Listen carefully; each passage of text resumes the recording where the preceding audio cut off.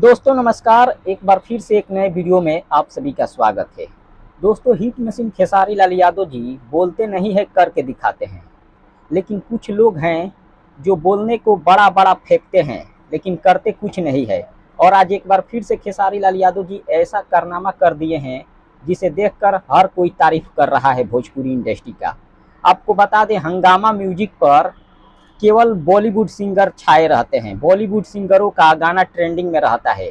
लेकिन पहली बार खेसारी लाल यादव जी हंगामा म्यूजिक पर ट्रेंडिंग में गए हैं। इससे पहले भी कई बार ट्रेंडिंग में गए हैं, लेकिन 10 के ऊपर रहते थे या 8 या 5 नंबर पर रहते थे। लेकिन अब की बार आप देख सकते हैं दूसरे नंबर ट्रेंडिंग पर बने हुए हैं हंगामा म्यूजिक पर खेसारी लाल यादव जी, आप स्क्रीन पर देख सकते हैं। लेकिन खेसारी लाल यादव जी बोलते नहीं है कि हमने ये कर दिया, हमने वो कर दिया।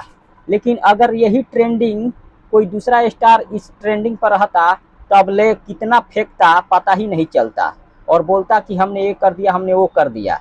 लेकिन करने वाला बोलता नहीं है, करने वाला करके दिखाता है। और खेसारी लाल यादव जी हमेशा करके दिखाए हैं और आज एक बार फिर से साबित कर दिए हैं कि रियल ट्रेंडिंग स्टार हैं और भोजपुरी का किंग है, भोजपुरी का बादशाह है।